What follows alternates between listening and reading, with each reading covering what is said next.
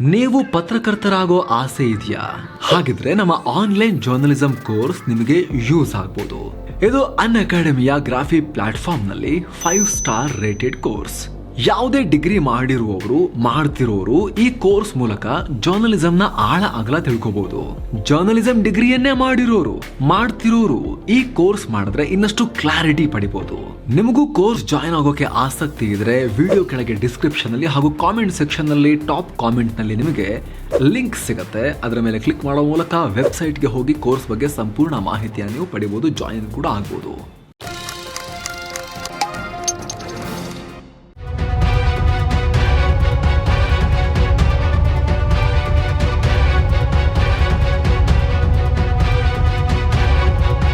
Hi friends, mastmaga.comಗೆ ಸ್ವಾಗತ. ನಾನು ಅಮರ್ ಪ್ರಸಾದ್. ರಾಮ ಜನ್ಮಭೂಮಿ ಹಾಗೂ ಬಾಬರಿ ಮಸೀದಿ ವಿವಾದದಲ್ಲಿ ಜೋರಾಗಿ ಕೇಳಿಬಂದ ಹೆಸರು ಕೆ ಮುಹಮ್ಮದ್. ಬಾಬರಿ ಮಸೀದಿ ಕೆಳಗಡೆ ದೇವಸ್ಥಾನ ಇರಲೇ ಇಲ್ಲ ಅಂತ ಒಂದು ಗುಂಪು ವಾದ ಮಾಡ್ತಿದ್ರೆ, ಅಲ್ಲಿ ದೇವಸ್ಥಾನ ಇದ್ದಿದ್ದು ಹೌದು ಅಂತ ಇನ್ನೊಂದು ಗುಂಪು ವಾದ ಮಾಡ್ತಾ ಇದ್ರು, ಜೋರಾಗಿ ಆರ್ಗ್ಯುಮೆಂಟ್ಸ್ ಮಾಡ್ತಾ ಇದ್ರು.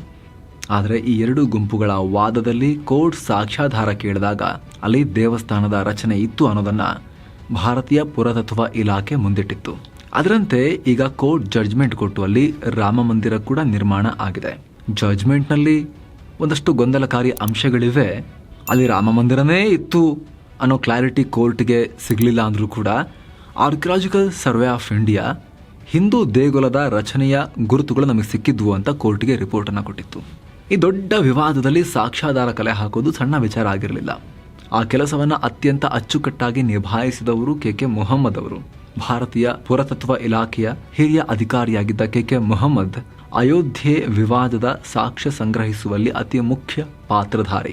ಸೊ ಈ ವರದಿಯಲ್ಲಿ ಕೆ ಮುಹಮ್ಮದ್ ಅವರ ಹಿನ್ನೆಲೆ, ಅಯೋಧ್ಯೆ ವಿವಾದದ ಬಗ್ಗೆ ಅವರು ಹೆಕ್ಕಿದ ಸಾಕ್ಷ್ಯಗಳು, ಅಲ್ಲಿ ಮಸೀದಿಗೂ ಮುಂಚೆ ಮಂದಿರ ಇತ್ತು ಅನ್ನೋ ಬಗ್ಗೆ ಅವರು ಕೊಟ್ಟ ಆಧಾರಗಳು ಎಲ್ಲವನ್ನ ಕಡೆತನಕ ಮಿಸ್ ಮಾಡಿದೆ ನೋಡಿ. ಯಾರು ಈ ಕೆ ಮುಹಮ್ಮದ್? ಕೆ ಮುಹಮ್ಮದ್ ಅಥವಾ ಕಾರಿಂಗಮನ್ನು ಕಜಿಯಲ್ ಮೊಹಮ್ಮದ್, ಅದು ಕಜಿಯಲ್ ಅಂತ ನಾವು ಹೇಳ್ತಾ ಇದೀವಿ, ಅವರು ಕಳಿಯಲ್ ಅನ್ನೋ ರೀತಿಯಲ್ಲಿ ಪ್ರೊನೌನ್ಸ್ ಮಾಡ್ತಾರೆ. ಕೇರಳ, ತಮಿಳುನಾಡು ಆ ಕಡೆ ಎಲ್ಲ ಈ ನಾವು ಜಾ ಆ ಥರ ಬಂದರೆ ಅವರು ಳ ಅಂತ ಅದನ್ನು ಪ್ರೊನೌನ್ಸ್ ಮಾಡ್ತಾರೆ. ಸೊ ಕಳಿಯಲ್ ಮೊಹಮ್ಮದ್ ಅಂತ ಕೂಡ ನೀವು ಹೇಳ್ಬೋದು. ಭಾರತದ ಟಾಪ್ ಮೋಸ್ಟ್ ಪುರಾತತ್ವ ಶಾಸ್ತ್ರಜ್ಞರಲ್ಲಿ ಒಬ್ಬರು ಇವರು. 2019ರಲ್ಲಿ ಇವರಿಗೆ ಪದ್ಮಶ್ರೀ ಪುರಸ್ಕಾರ ಕೂಡ ಸಿಕ್ಕಿದೆ. ಮೂಲತಃ ಕೇರಳದವರಾದ ಮುಹಮ್ಮದ್ ಒಂದು ಸಾಮಾನ್ಯ ಮಿಡಲ್ ಕ್ಲಾಸ್ ಫ್ಯಾಮಿಲಿಯಲ್ಲಿ ಹುಟ್ಟಿದವರು. ಸರ್ಕಾರಿ ಶಾಲೆಯಲ್ಲಿ ಪ್ರಾಥಮಿಕ ಶಿಕ್ಷಣ ಮುಗಿಸಿ ಬಳಿಕ ಅಲಿಗಢ್ ಯೂನಿವರ್ಸಿಟಿಯಿಂದ ಮಾಸ್ಟರ್ಸ್ ಡಿಗ್ರಿಯನ್ನು ಪಡೆದರು. ಆರ್ಕಿಯಾಲಜಿಕಲ್ ಸರ್ವೆ ಆಫ್ ಇಂಡಿಯಾ ಸ್ಕೂಲ್ನಿಂದ ಪೋಸ್ಟ್ ಗ್ರಾಜ್ಯುಯೇಟ್ ಡಿಪ್ಲೊಮಾವನ್ನು ಮಾಡಿದ ಮುಹಮ್ಮದ್ ಮೊದಲ ಬಾರಿಗೆ ಅಲಿಗಢ್ ಯೂನಿವರ್ಸಿಟಿಯಲ್ಲಿ ಅಸಿಸ್ಟೆಂಟ್ ಆರ್ಕಿಯಾಲಜಿಸ್ಟ್ ಆಗಿ ಕೆಲಸ ಆರಂಭ ಮಾಡಿದ್ರು. ಆಮೇಲೆ ಭಾರತೀಯ ಪುರಾತತ್ವ ಇಲಾಖೆಯ ಡೆಪ್ಯೂಟಿ ಸೂಪರಿಂಟೆಂಡೆಂಟ್ ಆಗಿ ಅನೇಕ ಕಡೆ ಕೆಲಸ ಮಾಡಿದ್ರು. ಬಿಹಾರ, ಉತ್ತರ ಪ್ರದೇಶ, ತಮಿಳುನಾಡು, ಮಧ್ಯಪ್ರದೇಶ, ಗೋವಾ, ಛತ್ತೀಸ್ಗಢ, ದಿಲ್ಲಿ ಹೀಗೆ ದೇಶದ ಅನೇಕ ಕಡೆಗಳಲ್ಲಿ ಇವರು ಉತ್ಖನನದ ಉಸ್ತುವಾರಿ ತಗೊಂಡು ದಾಖಲೆಗಳನ್ನು ಮುಂದಿಟ್ಟಿದ್ದಾರೆ. 2010ರಲ್ಲಿ ಅಮೆರಿಕ ಅಧ್ಯಕ್ಷ ಬರಾಕ್ ಒಬಾಮಾ ದಿಲ್ಲಿಗೆ ಬಂದಿದ್ದಾಗ, UPA ಸರ್ಕಾರದ ಅವಧಿಯಲ್ಲಿ, ಕಾಂಗ್ರೆಸ್ ಸರ್ಕಾರದ ಅವಧಿಯಲ್ಲಿ ಬರಾಕ್ ಒಬಾಮಾ ಅವರು ದಿಲ್ಲಿಗೆ ಬಂದಿದ್ದಾಗ ಕೆ ಮುಹಮ್ಮದ್ ಅವರೇ ಟೂರಿಸ್ಟ್ ಗೈಡ್ ಆಗಿ ಅಮೆರಿಕ ಅಧ್ಯಕ್ಷರಿಗೆ ಗೈಡ್ ಮಾಡಿದ್ರು. ನೋಡಿ, ಇದು ಹಿಂಗೆ, ಇದರ ಇತಿಹಾಸ ಇದು, ಇದರ ಮಹತ್ವ ಇದು ಅಂತ ಅವರಿಗೆ ಎಕ್ಸ್ಪ್ಲೇನ್ ಮಾಡಿದ್ರು ಇಂಗ್ಲಿಷ್ನಲ್ಲಿ. ಹುಮಾಯೂನ್ ಟೋಮ್ ಬಗ್ಗೆ ಎಕ್ಸ್ಪ್ಲನೇಷನ್ ಕೊಟ್ಟಿದ್ರು ಒಬಾಮಾಗೆ. ಆ ಚಿತ್ರವನ್ನು ಕೂಡ ನೀವೀಗ ಸ್ಕ್ರೀನ್ ಮೇಲೆ ನೋಡ್ತಾ ಇರಬಹುದು. 2001ರಲ್ಲಿ ಪಾಕ್ ಅಧ್ಯಕ್ಷ ಪರ್ವೇಜ್ ಮುಷರಫ್, ಮಿಲಿಟರಿ ಸರ್ವಾಧಿಕಾರಿ, ಆತ ಭಾರತಕ್ಕೆ ಬಂದಿದ್ದಾಗಲೂ ಕೂಡ ಇವರು ಭಾರತದ ಐತಿಹಾಸಿಕ ಸ್ಮಾರಕಗಳ ಬಗ್ಗೆ ಮುಷರಫ್ಗೆ ಗೈಡ್ ಮಾಡಿದ್ರು. ಭಾರತದ ಪುರಾತತ್ವ ಶಾಸ್ತ್ರದ ಬಗ್ಗೆ ಹಾಗೂ ಇಸ್ಲಾಮಿಕ್ ವಾಸ್ತು ಶೈಲಿ ಬಗ್ಗೆ ಇವರನ್ನ ಮಾಸ್ಟರ್ ಅಂತ ಕರೆಯಲಾಗುತ್ತೆ. ಅದಕ್ಕೆ ಕಾರಣ ಮುಹಮ್ಮದ್ ಭಾರತೀಯ ಪುರಾತತ್ವ ಕ್ಷೇತ್ರಕ್ಕೆ ಕೊಟ್ಟ ದೊಡ್ಡ ಕೊಡುಗೆ. ಅಯೋಧ್ಯೆ ಸೇರಿ ಅನೇಕ ಪ್ರಾಚೀನ ಸ್ಥಳಗಳ ಕುರಿತು ಇವರು ಸಾಕ್ಷ್ಯ ಸಂಗ್ರಹ ಮಾಡಿಕೊಟ್ಟಿದ್ದಾರೆ. ಮೊದಲು ಬೇರೆ ಬೇರೆ ಸ್ಥಳಗಳಲ್ಲಿ ಏನೆಲ್ಲ ಪತ್ತೆ ಮಾಡಿದ್ದಾರೆ ಅಂತ ನೋಡಿ, ಆಮೇಲೆ ನಾವು ಅಯೋಧ್ಯೆಯಲ್ಲಿ ಇವರು ಏನ್ ಮಾಡಿದ್ರು ಅಂತ ಆಮೇಲೆ ನೋಡೋಣ. ನೀವು ಫತೇಪುರ್ ಸಿಕ್ರಿಯಲ್ಲಿ ಇಬಾದತ್ ಖಾನಾ ಕೇಳಿರ್ಬೋದು, ಕೆಲವರು ವಿಸಿಟ್ ಕೂಡ ಮಾಡಿರ್ಬೋದು. ಅಕ್ಬರ್ ಕಾಲದಲ್ಲಿ ಇದು ಮೀಟಿಂಗ್ ಹೌಸ್ ಆಗಿ ಬಳಕೆಯಾಗ್ತಾ ಇತ್ತು. ಸೊ ಆ ಜಾಗದ ಬಗ್ಗೆ ಅದನ್ನು ಪತ್ತೆ ಹಚ್ಚಿ ಅದನ್ನು ಡಿಸ್ಕವರ್ ಮಾಡಿದ್ದು ಇವರೇ ಅನ್ನೋ ಕ್ರೆಡಿಟ್ ಕೆ ಮುಹಮ್ಮದ್ರಿಗೆ ಕೊಡಲಾಗುತ್ತೆ. ಆರ್ಕಿಯಾಲಜಿಕಲ್ ಸರ್ವೆ ಆಫ್ ಇಂಡಿಯಾ ಅಥವಾ ASI ಫತೇಪುರ್ ಸಿಕ್ರಿಯಲ್ಲಿ ಈ ಇಬಾದತ್ ಖಾನಾ ಬಗ್ಗೆ ಉತ್ಖನನ ಕೈಗೊಂಡಾಗ ಕೆ ಮುಹಮ್ಮದ್ರ ಸಲಹೆ ಮೇರೆಗೆ ಎಕ್ಸ್ಕವೇಷನ್ ಮಾಡಲಾಗಿತ್ತು. ಅವರ ನೆರವಿನಿಂದ ಸಾಕಷ್ಟು ಸಾಕ್ಷ್ಯಾಧಾರಗಳು ಸಿಕ್ಕಿದ್ವು. ಸ್ಪೇನ್ ಮತ್ತು ಇಟಲಿಗೆ ಸೇರಿದ ಕ್ರೈಸ್ತ ಮಿಷನರಿಗಳ ಪೇಂಟಿಂಗ್ಗಳು ಕೂಡ ಹೊರಗೆ ಬಂದಿದ್ವು. ಆಗ ಏನು ಛತ್ತೀಸ್ಗಢದ ಜಗದಲ್ಪುರ ಬಳಿ ದಂತೆವಾಡ ಜಿಲ್ಲೆ ಹತ್ರ ಸಿಕ್ಕಾಪಟ್ಟೆ ನಕ್ಸಲ್ ಚಟುವಟಿಕೆಗಳಿದ್ವು. ಇತಿಹಾಸಕ್ಕೆ ಸಂಬಂಧಪಟ್ಟಂತೆ ಅದು ತುಂಬ ಇಂಪಾರ್ಟೆಂಟ್ ಜಾಗ ಆಗಿತ್ತು. ಆದರೆ ಯಾಕಂದ್ರೆ ಅಲ್ಲಿ ಬರ್ಸೂರ್ ಮತ್ತು ಸಾಮ್ಲೂರ್ ದೇವಸ್ಥಾನಗಳಿದ್ವು. ಸೊ ಅಂತಹ ಸಂದರ್ಭದಲ್ಲಿ ಅವರು ನಕ್ಸಲರ ಮನವೊಲಿಸಿ ಅಲ್ಲಿ ಉತ್ಖನನ ಮಾಡಿ ಅನೇಕ ಐತಿಹಾಸಿಕ ಮಾಹಿತಿಯನ್ನು ಹೊರತೆಗೆದರು. ಆ ದೇವಸ್ಥಾನ ಅಥವಾ ಐತಿಹಾಸಿಕ ಸ್ಮಾರಕಗಳನ್ನು ಸಂರಕ್ಷಣೆ ಮಾಡುವಲ್ಲಿ ಸಾಕಷ್ಟು ಎಫರ್ಟ್ ಹಾಕಿದ್ರು ಕೆ ಮುಹಮ್ಮದ್. ಏನೋ ಬಟೇಶ್ವರ ಅಥವಾ ಬತೇಶ್ವರ ದೇವಸ್ಥಾನದ ಸಂರಕ್ಷಣೆಯಲ್ಲೂ ಕೂಡ ಇವರ ಪಾತ್ರ ತುಂಬಾ ಇಂಪಾರ್ಟೆಂಟ್. ಮಧ್ಯಪ್ರದೇಶದ ಹತ್ರ ಇರೋ ಈ ದೇವಸ್ಥಾನಗಳ ಸಂಕೀರ್ಣದಲ್ಲಿ ಶಿವ ಮತ್ತು ವಿಷ್ಣುರಿಗೆ ಸೇರಿದ ಸುಮಾರು 200 ದೇವಸ್ಥಾನಗಳಿವೆ. ಗುರ್ಜರ ಪ್ರತಿಹಾರರ ಕಾಲದಲ್ಲಿ ಇವೆಲ್ಲ ನಿರ್ಮಾಣ ಆಗಿದ್ದು ಅಂತ ಹೇಳಲಾಗುತ್ತೆ. ಗುರ್ಜರ ಪ್ರತಿಹಾರರ ಇತಿಹಾಸದ ಬಗ್ಗೆ ಮಾಹಿತಿ ಕಲೆ ಹಾಕೋಕೆ ಈ ಜಾಗ ತುಂಬಾನೇ ಇಂಪಾರ್ಟೆಂಟ್ ಆಗಿತ್ತು. ಆದರೆ ಈ ಜಾಗ ಒಂದು ರೀತಿ ರಿಮೋಟ್ ಏರಿಯಾ ರೀತಿ ಇತ್ತು. ಯಾಕಂದ್ರೆ ನಿರ್ಭಯ ಸಿಂಗ್ ಗುಜ್ಜರ್ ಅನ್ನೋ ಡಕಾಯಿತ ಈ ಭಾಗದಲ್ಲಿ ಸಾಕಷ್ಟು ಕಾನೂನು ಬಾಹಿರ ಚಟುವಟಿಕೆಗಳ ಮೂಲಕ ಭಯ ಹುಟ್ಟಿಸಿದ ಕಾಲ ಅದು. ಸೊ ಅಂತ ಟೈಮ್ನಲ್ಲೂ ಆ ಡಕಾಯಿತರ ಹತ್ರ ಮಾತಾಡಿ ಅವರ ಮನವೊಲಿಸಿ ಆ ಜಾಗದಲ್ಲಿ ಸುಮಾರು 60 ದೇವಸ್ಥಾನಗಳ ಪುನರುಜ್ಜೀವನ ಮಾಡುವಲ್ಲಿ ಕೆ ಮುಹಮ್ಮದ್ ಯಶಸ್ವಿಯಾಗಿದ್ರು. ಅಷ್ಟೇ ಅಲ್ಲ, ಈ ಭಾಗದಲ್ಲಿ ಅಕ್ರಮ ಗಣಿಗಾರಿಕೆ ಪ್ರಕರಣಗಳು ಜಾಸ್ತಿ ಇದ್ದಿದ್ರಿಂದ ಪುರಾತತ್ವ ಶಾಸ್ತ್ರಜ್ಞರಿಗೆ ಈ ಭಾಗದಲ್ಲಿ ಕೆಲಸ ಮಾಡಕ್ ಆಗ್ತಾ ಇರಲಿಲ್ಲ.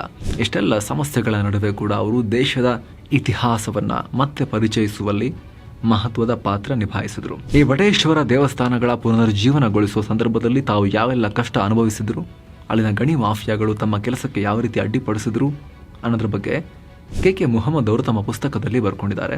ಆಸಕ್ತರು ಕೆ ಮುಹಮ್ಮದ್ರ ಪುಸ್ತಕವನ್ನ ಓದಬಹುದು. ಸ್ಕ್ರೀನ್ ಮೇಲೆ ಕಾಣಿಸ್ತಾ ಇದೆ ನೋಡಿ. ಏನೋ ಅಕ್ಬರ್ ಇಂದ ನಿರ್ಮಾಣವಾಗಿದ್ದ ಚಾಪೆಲ್ ಅನ್ನ ಅಂದ್ರೆ ಕ್ರೈಸ್ತರ ಪೂಜಾ ಸ್ಥಳವನ್ನ ಕೂಡ ಇದೇ ಮುಹಮ್ಮದ್ ಅವರು ಪತ್ತೆ ಮಾಡಿದ್ರು. ಅಶೋಕರು ನಿರ್ಮಾಣ ಮಾಡಿದ್ದ ಕೆಸರಿಯ ಬೌದ್ಧ ಸ್ತೂಪವನ್ನ ಕೂಡ ಕೆ ಮುಹಮ್ಮದ್ರೆ ಉತ್ಖನನ ಮಾಡಿ ಪತ್ತೆ ಹಚ್ಚಿದ್ರು. ರಾಜ್ಗಿರ್ನಲ್ಲಿರೋ ಬೌದ್ಧ ಸ್ತೂಪ, ವೈಶಾಲಿಯಲ್ಲಿರೋ ಬೌದ್ಧ ಧರ್ಮಕ್ಕೆ ಸಂಬಂಧಪಟ್ಟ ಸ್ಥಳಗಳು, 10 ಪ್ರಾಚೀನ ಗುಹೆಗಳು ಎಲ್ಲವನ್ನ ಇವರು ಉತ್ಖನನ ಮಾಡಿ ಭಾರತದ ಪುರಾತತ್ವ ಶಾಸ್ತ್ರಕ್ಕೆ ದೊಡ್ಡ ದೊಡ್ಡ ಕೊಡುಗೆಗಳನ್ನು ಕೊಟ್ಟು ಖ್ಯಾತರಾಗಿದ್ದಾರೆ. ಆದರೆ ಎಲ್ಲಕ್ಕಿಂತ ಮುಖ್ಯವಾಗಿ ಅವರು ದೇಶದ ಗಮನ ಸೆಳೆದಿದ್ದು ಭಾರತದ ಇತಿಹಾಸದ ಅತಿ ದೊಡ್ಡ ವಿವಾದದಲ್ಲಿ ಅವರು ನಿಭಾಯಿಸಿದ ಪಾತ್ರದಿಂದಾಗಿ.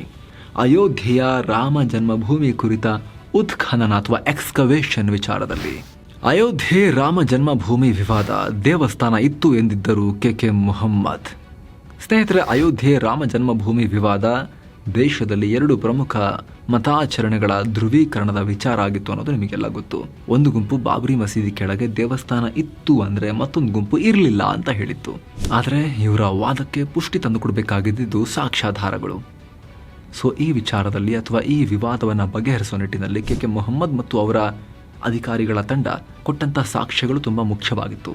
ಹಾಗೆ ನೋಡಿದ್ರೆ ಈ ಬಾಬ್ರಿ ಮಸೀದಿ ಕುರಿತು ಮಾಹಿತಿ ಕಲೆ ಹಾಕೋ ಪ್ರಯತ್ನ ದಶಕಗಳ ಹಿಂದೆನೇ ಶುರುವಾಗಿತ್ತು, ಕಾಂಗ್ರೆಸ್ ಟೈಮ್ನಲ್ಲೇನೆ.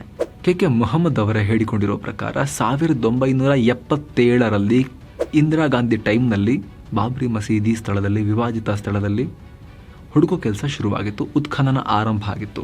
ಬಿಬಿಲಾಲ್ ಅನ್ನೋ ಮತ್ತೋರ್ವ ಪುರಾತತ್ವ ಶಾಸ್ತ್ರಜ್ಞರ ತಂಡದಲ್ಲಿ ಈ ಕೆ ಮುಹಮ್ಮದ್ ಕೆಲಸ ಮಾಡ್ತಾ ಇದ್ರು. ಆಗ ಸ್ವಲ್ಪ ಯಂಗ್ಸ್ಟರ್ ಆಗಿವರು. ಆಗಲೂ ಅವರು ಮಸೀದಿಯ ಕೆಳಗೆ ದೇವಸ್ಥಾನ ಇತ್ತು ಅನ್ನೋದನ್ನ ಹೇಳ್ಕೊಂಡಿದ್ರು. ಬಾಬ್ರಿ ಮಸೀದಿಯ ಪಶ್ಚಿಮ ಭಾಗದಲ್ಲಿ ದೇವಸ್ಥಾನ ಇತ್ತು. ಆ ದೇಗುಲವನ್ನ ಗುರ್ಜರ ಪ್ರತಿಹಾರರು 10ರಿಂದ 11ನೇ ಶತಮಾನದಲ್ಲಿ ಕಟ್ಟಿದ್ರು. ಆದರೆ ಇರ್ಫಾನ್ ಹಬೀಬ್ರಂತಹ ಕಮ್ಯುನಿಸ್ಟ್ ಮೈಂಡ್ಸೆಟ್ನ ಇತಿಹಾಸಕಾರರು ಇದನ್ನ ಮುಚ್ಚಿಟ್ರು. ಇದು ಅಯೋಧ್ಯೆ ವಿವಾದದಲ್ಲಿ ಕೋರ್ಟನ್ನು ದಾರಿ ತಪ್ಪಿಸೋ ಕೆಲಸ ಅಂತ ತೀವ್ರವಾಗಿ ಟೀಕೆ ಮಾಡಿದ್ರು.